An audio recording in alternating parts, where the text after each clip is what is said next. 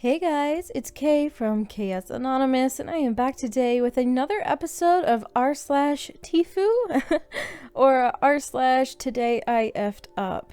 Now, unlike r/Am I the A-hole, TIFU is actually the subreddit name, not like, where we substitute Am I the A-hole down to ITA. This is actually r/TIFU. I don't know that it's like the easiest one to search though, because the last one I did, a lot of you really liked it, but I don't think it was easily findable. Either way, let's just get into these posts.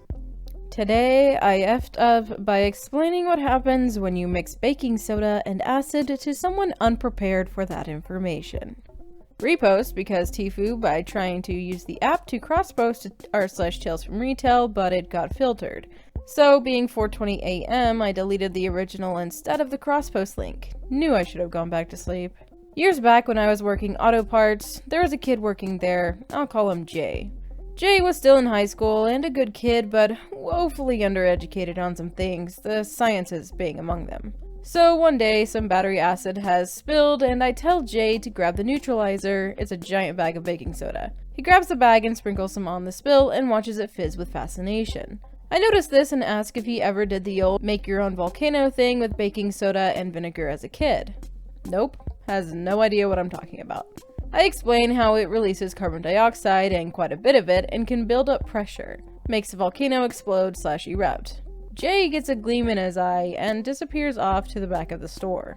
The next time I see him, he has a plastic Gatorade bottle half filled with neutralizer, and he has a paper cup of battery acid he has siphoned or poured out of cores. I ask what he's doing, and he pours it on the neutralizer and watches it bubble. He goes to put the cap on. Stop! Do not do that. What? Get that out of here. Outside, carefully, right now. Jay starts walking but didn't listen and threaded on the cap. He made it about 5 feet before he jostled it, at which point blew out both the top and the bottom of the bottle simultaneously and proceeded to powder bomb the entire front of the store. Jay looks like he was beaten with an open sack of flour, luckily none in his eyes. He got to spend the next several hours pulling boxes and wiping them down and shelves and counters, floors in the storefront, while I had to handle all the customers' phones and wiping down all of the above behind the counter. Everything was covered in a fine layer of baking soda. We got everything cleaned up except the ceiling, which still had the marks of a white explosion on it directly above the accident, even after cleaning it off as best we could. We let that remain a mystery. TLDR, baking soda bomb blows up in my store. Glitter would have been preferable. Oh my god. Oh no, like, how did, who let this kid near any, no, yeah, you did F up by telling them, you should have known, you should have known. I feel like you were probably like, ooh, let me share some sage advice with this child. I guess it wouldn't be advice, but like information, whatever, being the older person in the situation with more knowledge, thought you would bestow some knowledge upon this. No. Don't do it. Don't do it. Well, now we know. People who are over-curious and not interested in asking what's about to happen probably shouldn't be armed with extremely dangerous knowledge, like how to basically make a baking soda bomb. At the office today, there was a raffle for some stuffed animal toys, and I won one. I chose one that looked almost exactly like my cat, thinking I'd get a cute photo of them together. I get home and put the toy on the bed next to her and snap a photo. She doesn't care, but hey, mission accomplished. Fast forward 6 hours and I'm playing Roller Coaster Tycoon 2. I suddenly hear my cat howling up a storm and look over to the bed, and she is crying at the stuffed version of herself. She's picking it up by the neck, dragging it around, setting it down, staring into its lifeless eyes, and just crying non-stop. I take it away from her, but she doesn't stop howling. Her fur is all puffed up and her eyes look so scared. I think she thought it was a dead cat. I open the door to my room and she bolts out and starts cowering in the furthest corner of the apartment from my room. She won't let me near her. I feel like a villain. I love her more than anything, and now she's fearing for her life. TLDR, I brought a stuffed cat toy home for my cat. She thought I brought her a dead cat and freaked out. Edit, by request, I'm paying the cat tax. This is Mushroom and she's 9 years old. I adopted her 2 weeks ago after fostering her for a couple months. Edit 2. For people asking if she's okay, when I woke up this morning, she was sleeping on my shoulder like always, so I think she's forgiven me. However, I'm never bringing a cat effigy into the apartment again. Thanks for caring about my cat, guys. Oh, it does. It looks so much like her. She was like, okay, you brought me a weird friend. And then was like, oh my god, you brought me a dead cat. And you just laid a dead cat next to me. What is wrong with you? Oh my god. This poor kitty. Oh, I just feel so bad. On a slightly related note, there is an ad that I saw on Facebook of one of those things where they like recreate your animal but like in a stuffed version, and they picked a really bad picture for this particular advertisement, and I do plan on in some way making it into a video because the comments and the picture are literally so hilarious. This kind of reminds me of that, but like, oh, the poor kitty. Today, I effed up by asking about my parents' divorce and found out I contributed to the divorce. Okay, first off, my parents have been divorced for 12 plus years. I am 21 now and was 7 or 8 when they split. I found out years ago it was because my mom was cheating on my dad with my nurse from the NICU from 1997. Oof. Casually talking to my mom, who has since remarried for the 3rd time, I asked about their divorce out of curiosity. She went into a few details and brought up a car ride with my dad. She wouldn't elaborate, so I called my dad. Big mistake. Mind you, Dad took me and my sister in when my mom left and raised us. It kind of went like this. So, I was talking to Mom about your divorce, and she brought up a ride in the car with you that initiated the divorce? My dad was hesitant. Yeah, you, me, and your sister were in the car when I came back from overseas. And we were talking about what you guys wanted to be when you grew up. Your sister said something, and you said, I want to be a nurse like, insert his name here. I pulled over to the side of the road, and you spilled the beans. Apparently, at 7 or 8, I informed my dad about a guy staying in our house, in his room, sleeping in their bed while he was gone for months for military stuff. I told him everything. How Mom told us he was an old friend who needed help, and who would be staying with us to protect us while Daddy is gone. How he watched us for a week while Mom disappeared, took us to movies, dinner, etc. There was a point of him asking if I would move to California with him and my mom. They got married 2 weeks after my parents' divorce was finalized and moved to California. I never remembered this occurrence. He said he went home, pulled phone records, emails, and even the chat messenger history. This is like 2004, 2005, I don't know. I'm not blaming myself, but dang. Little me saved my dad's rear from being used any longer by her. Note to self, don't ask too many questions. Insert big what the F here. TLDR, TIFU by asking too many questions about my parents' divorce and found out I'm the one who dimed my mom out for infidelity.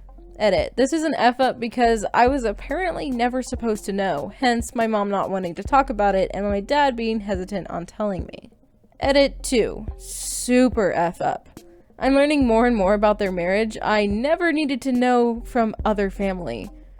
I was the save the marriage baby. Oh, okay, that makes me kind of sad, that last line. I was the save the marriage baby. Like, oh no. Like, I mean, okay, honestly, having more kids is not going to save your marriage or help a relationship. Despite the fact that a lot of people try to use having another child with someone to, like, make that happen. I guess it's a good thing at the end of the day that, like, the dad found out, and I mean, if the mom and the NICU nurse were already ready to get married, like, 2 weeks after the finalization of their divorce, like, that marriage wasn't gonna go anywhere anyway. It's just really awkward when you find out that you're the catalyst for something like that. Today, I effed up by forgetting the number one rule of getting gas.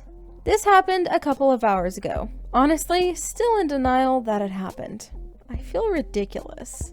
I pulled into the gas station after work to fill up, started the pump, and then ran inside to get a snack because I was hungry and I knew the commute home would be painful otherwise. Side note, I know it's not advisable to leave your car unattended at the pump, but I could see it from inside the gas station and it was an auto shut-off pump. Other relevant background, there's a sort of evening rush right after work, and even though there were 2 cashiers working, things were moving pretty slowly and there was a small line.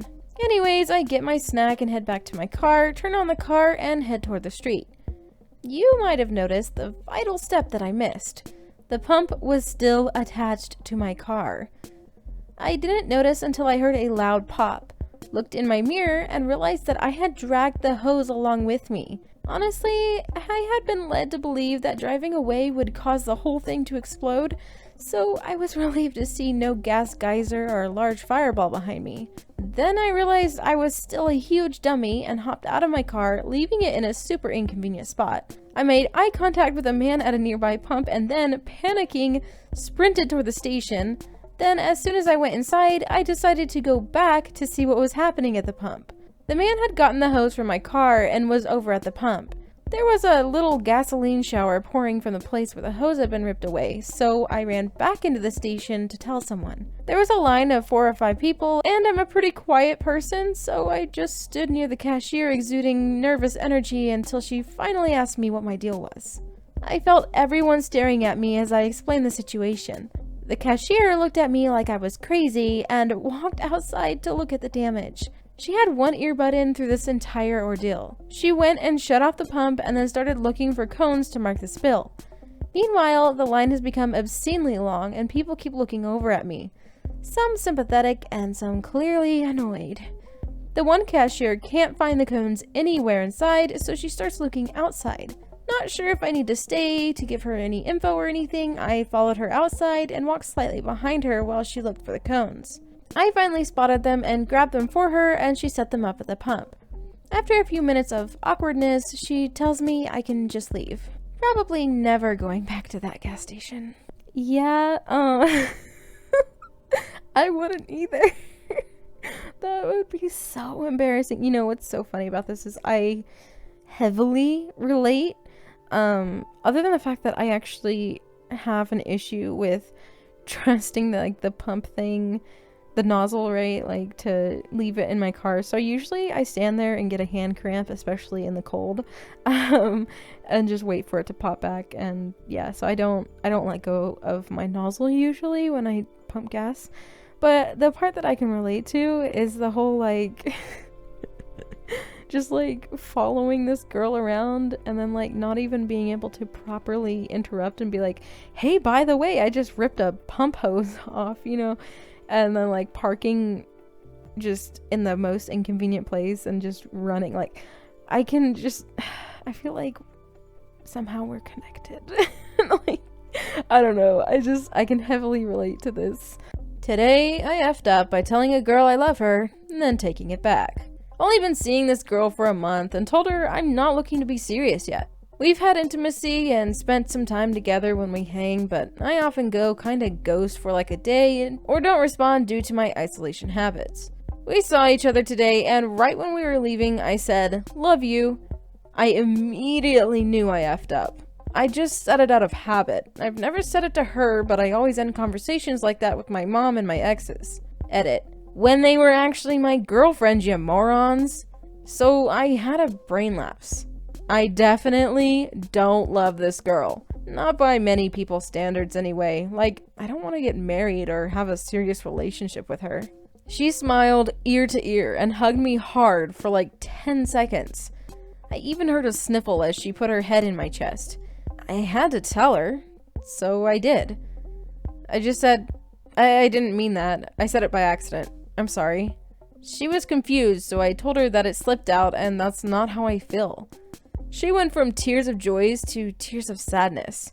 She hit me a few times on the chest and called me an a-hole and left. TLDR, told a girl I love her by accident, took it back, and she cried. Oh, I struggle with this like mentality that you have intimate times with people that you definitely don't love. Like, that's such a weird concept to me personally. I know a lot of people do it, and that's perpetuated by like media, and you see it in TV shows and movies, and that seems normal for people. I don't know how. Oh, this person is just kind of like, I guess this person's like one of those people you would consider a player. Like, that's how I feel about it, okay? I don't know, it's just such a weird story. Like, oops, you know, this girl I don't really care about, but I just like use for intimate things and or whatever. I just don't feel like dealing with her and stuff. But then one day I accidentally said I love her, and I was like, well, crap, I don't love her. Yeah, and then she cried. Oops, like, what is this? Like, oh my god.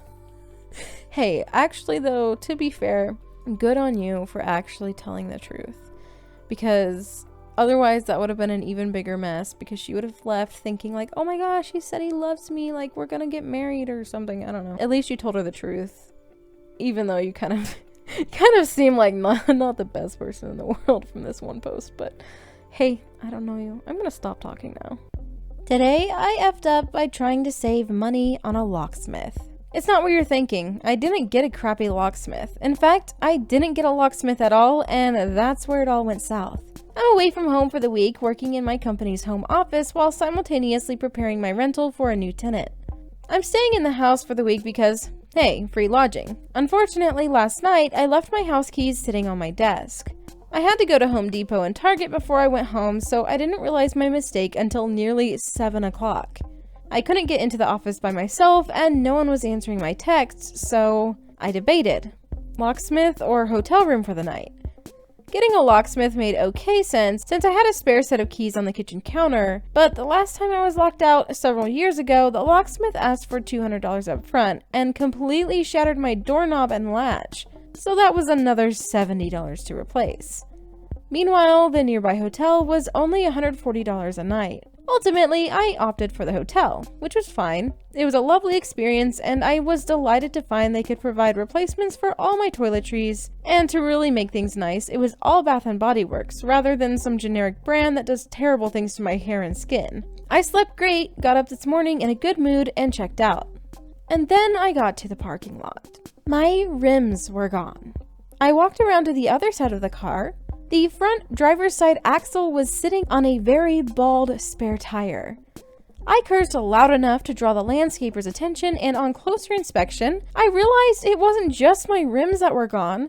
The other 3 tires had been replaced with cheap, generic tires that were clearly at the end of their lifespan. The hotel was kind enough to call the police for me and check their security footage, but it turns out I parked just outside the camera's field of vision. My insurance set me up with their mobile unit that can replace the tires and rims for me, but it will be a couple days to order something comparable to what I had. In the meantime, I'm sitting here waiting for them to bring me new lug nuts so I can put my spare on the front driver's side. They took my lug nuts! And at least get my house key from the office and park my car back at the house. Then I can get a rental car to drive the 3-hour commute home, but I still have to come back to get my car when it's all fixed. Should have just gotten the locksmith. TLDR, locked myself out of the house, and instead of getting a locksmith, I got a hotel room and all 4 of my tires were stolen while I slept. Just thinking like, oh, you know, I think I made the right decision. Because last time, it cost more, they jacked up my stuff, I had to get all this blah blah blah. You know, you might as well just stay at a hotel. It'll be a little bit cheaper than a locksmith anyway. They won't mess anything up. And then someone just completely jacks all the freaking tires off your car, and you can't even catch them because they're not on the security footage. Like, oh my gosh. Oh, I'm frustrated for this person. Like, it just makes me really mad. I don't like people who steal. Like, stealing is on a very, very high on the list of things that I cannot stand. I just, had people steal my husband's truck before. Just, I'm not okay with it. As unpleasant as that is actually going to be our last story for this video. If you enjoyed it, go ahead and drop a like and let me know your thoughts in the comments below. I'd also like to take this time to thank my patrons. Those that are facepalmer tier and up are on the screen for you to see, so I can thank them publicly. So thank you so much for being a patron. Also, if you ever want to send in a story for me to possibly include in a video, feel free to send it to chaosanonymous@gmail.com, and I'll talk to you in my next video. Bye!